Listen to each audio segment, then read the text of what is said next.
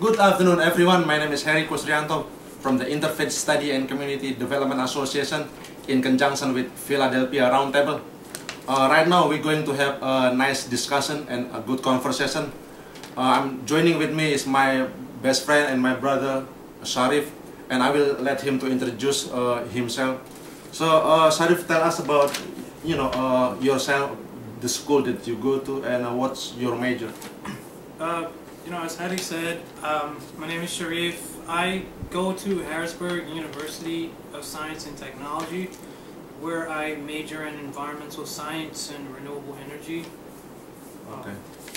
So, the first thing I heard this major, it's kind of very rare, we commonly heard the major about, the medical, about engineer, people want to be engineer, want to be doctor, or they want to make, or they want to study business to make money, But you, as a young person, you choose to study the scientific environment. So what make you think to pick this major? One of the things that influenced me to choose environmental science as my major is that as I took a course in high school, AP Environmental Science, right. I noticed that I had a knack or a niche of, of being interested in issues that were pertaining to the environment, right. be it renewable energy or pollution, or global warming, or right. even things like finding hybrid cars and things that actually reduces the carbon footprint of right. an individual or right. group of individuals. Right. And you say you already graduate, right? Is it last year? Yeah, I technically still have one more year to go. Oh, one more year. Oh, yeah, okay. But I will be graduating this year. Right. Here is the thing. I'm really interested and really impressed with the major you to take. This major, like scientific. Think about the word scientific environment. So thing that came up in my mind. This major is kind of, the way I look at it, is kind of highly respected. It require passion, dedication, and hard working. Require discipline. And you as particularly as African American, as a black young man, and there is a misconception in the mass media. The mass media try to constantly portray black people, they being with negative image. They try to portray the black people with being lazy, don't want to work. They hang out with the gang, engaging in violence. And they also another picture that we face on the day-on-day basis. Young people, they wanna just do doing some they wanna sing, they wanna engaging in the hip hop culture and rap. So how do you what is your thought? What is your point of view? How do you tend to dispel this kind of misconception? The way that I would dispel that misconception is to simply not apply a certain behavior right. to a group or single person, right. because the reality is that these kinds of behaviors exist within any right. group of people, regardless right. of right. social class or right. status and things like that. People, they the thing about it is, like, people have free will. right. They choose to do right. what right. they choose right. to do. Right. So keeping that in mind, it's definitely something to think about whenever you are trying to determine a motive of why do such a group of people enact in a way that they do. Is right. that you have to really look at the environment. You also have to look at the socio-economic right. and right. even political background right. of those right. groups of people. So that's how you can discern, and right. that's how you can discern from each group of people how how a certain right. why a certain group of people behave right. in a way that they do, and also looking at it individually is that each person is right. different. Right. Yeah. Not everyone is right. going to behave in the same right. manner. Well, that's very, very wonderful thought, very deep thought that you put it up there. And here another question. And you mentioned your major is scientific environment. So the question is, does this subject, scientific environment, is it mainly related to the physical aspect, such as physics, chemistry, biology, or geography, or does it in any way related with, you know, philosophical, psychological, social, political, economic, and or economic aspect? It definitely is involved in the physical, looking at physics, biology, chemistry, geography, right. all those things that are said, because, you know, when looking at the environment, you know, it's definitely like the environment, the nature of the environment, you know, is chemical. It's got a lot of, you know, biological aspects, because, you know, the earth itself is a, you know, can be looked at as a living organism, as well as the animals and people on it.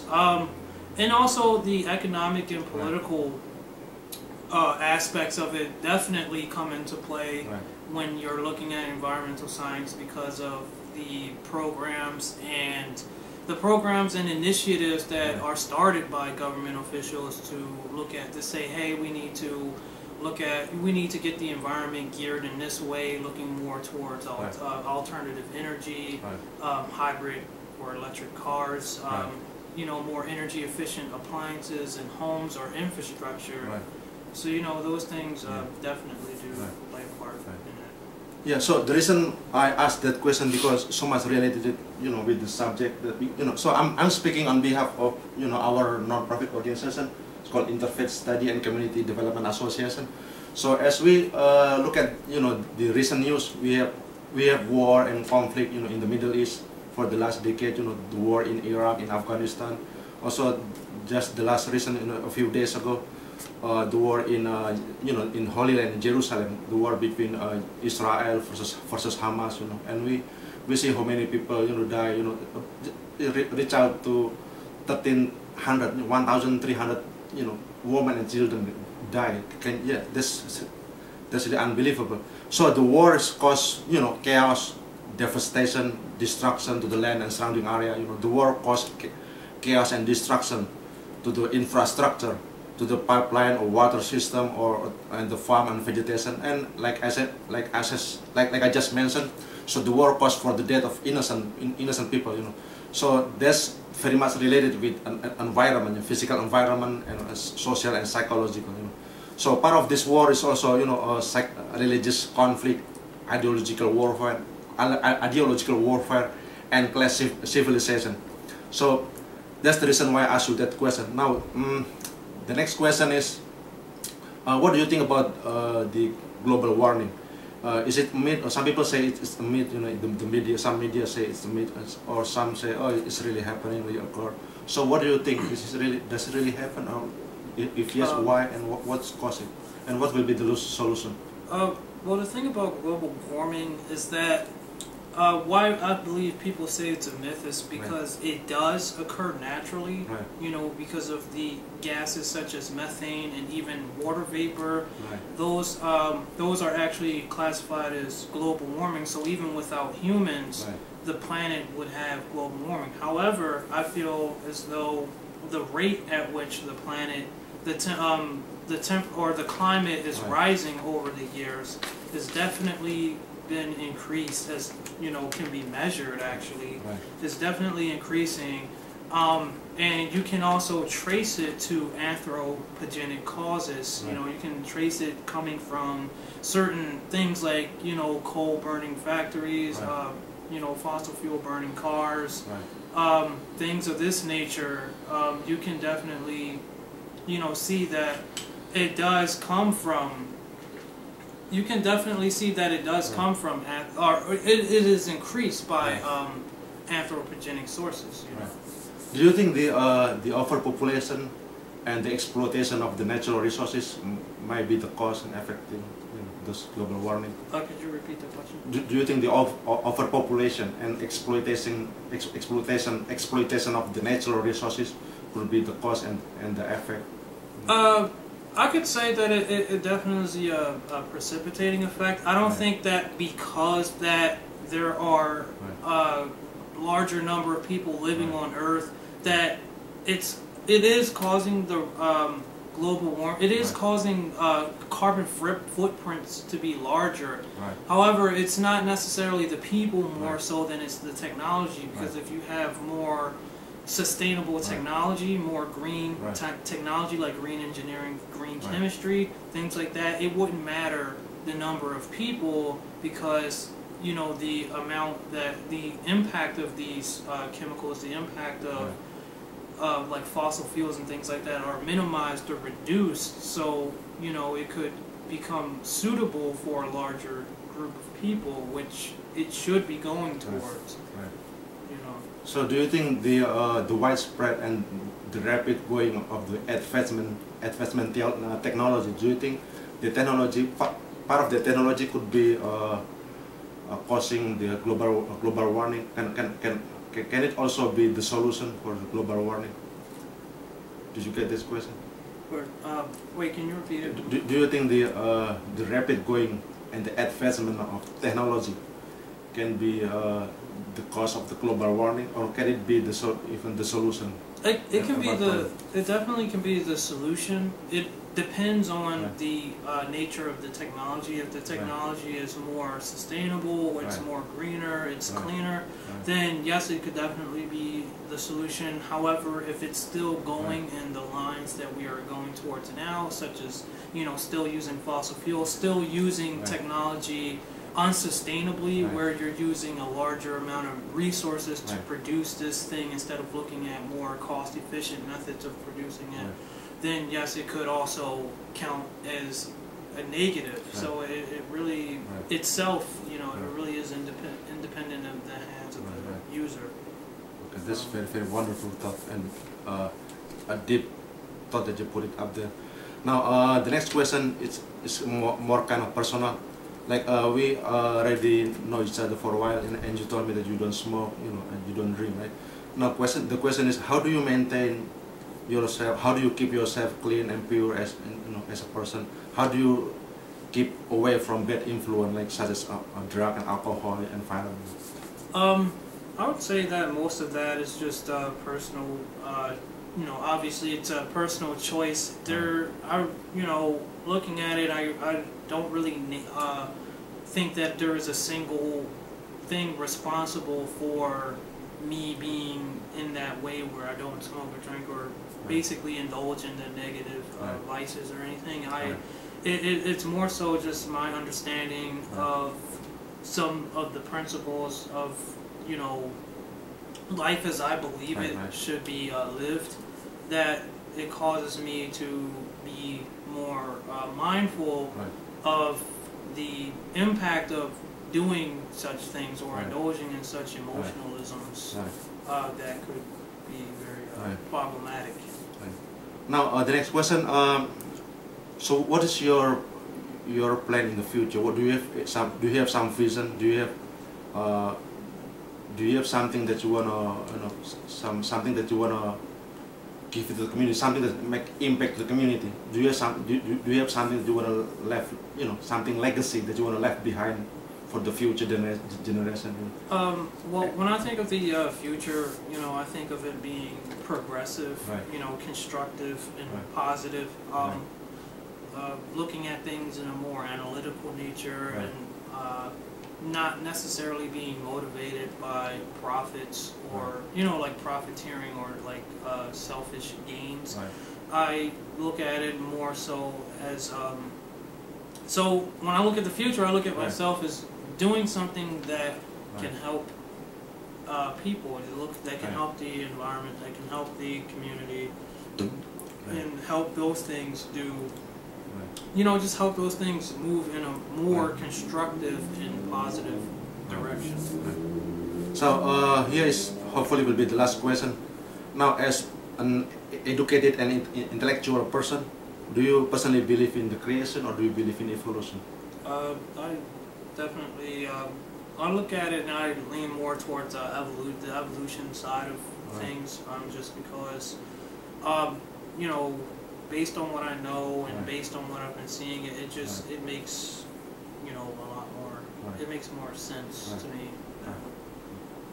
now here's another thing. This very much related to this question. Now, your name is Syarif, right? Syarif. You know, this. You know, this is. I don't know. I guess you noticed this is a Muslim name, and you told me that you have you know, came from the family background with Muslim background. Now, do you personally? I mean, how does it affect you and coming from the Muslim background? Do you I mean, do you incline yourself toward Islam, or do you very much educated with Islam? Are you really aware, or just, or I don't know? How do you? What is your thought? My thought on that would be that I don't know, like I kind of looked in alternative sources for the answers that I was looking for in terms of there being a creator, or, you know, like in terms of there being a creator or a set of ethics that one should follow. And, you know, I've come towards something that's, you know, different than what most people would consider the, you know, Islamic faith. So it's like you know, because, you know, I do believe that there is a creator. You know, I do. However, it wouldn't be.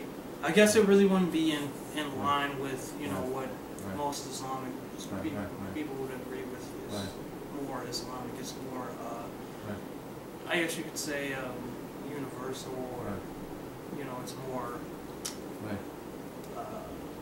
it's more of a non-religious thing, more of a spiritual. Okay, I guess it's another thing that's pop up in my mind. As I'm trying to relate with our organization, it's called Interfaith Study and Community Development Association.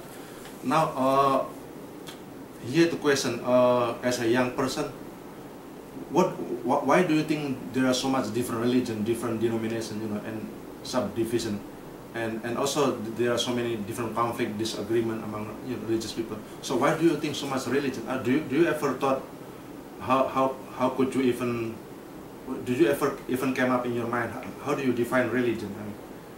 I mean, well, you know, one of the reasons why I think that there is so many differences in religion is because, like, there's so many differences in religions because there's so many differences in people. You know, a religion, as far as I've remembered, like, what it means is just a set of ethics by which, you know, a person or people conduct themselves by daily. And so, you know, so many things can fit within that, like, vague concept of what a religion really is. It's like, oh, if you just, you know, if you do this and do that, then you are this religion. If you do this or do that, then you are that religion. And that being said, you know, you know, people can, if they feel, come up with a code of ethics and say that, oh, this is another, you know, part of Christianity that, you know, is just as valid, if not more. And it's like, oh, it's more right. You know, it's a lot of ego. There's a lot of ego and just falsehoods riding along in a lot of religions that, you know, I feel like more people are becoming aware of, and they're not necessarily looking, you know, toward religion, but like more like a spirituality kind of thing for answers or for guidance. Well, lastly, I just want to express, you know, from the bottom of my heart, I really admire, you know, really proud, really admire you for what you do, for just the way you are, you know, you being, you know, a black young man and African Americans. You study and done some research in whatever you study, you know, scientific environment, and this is highly, you know, respected. And as I say, I'm very impressed and very proud for what you are, what you do. And I wish that you can keep it, you know, keep it up the way you are, and hope you will be able to set a good example for many other young people up there.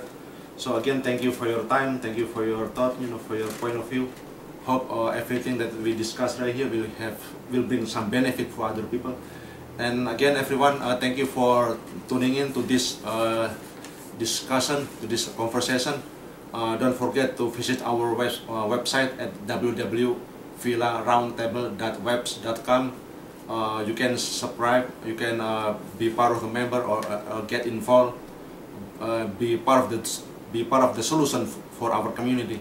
And also you can look it up at my website at www.ifs-cda.webs.com. So again, thank you for tuning in. Hope we'll see you again in the near future, and peace.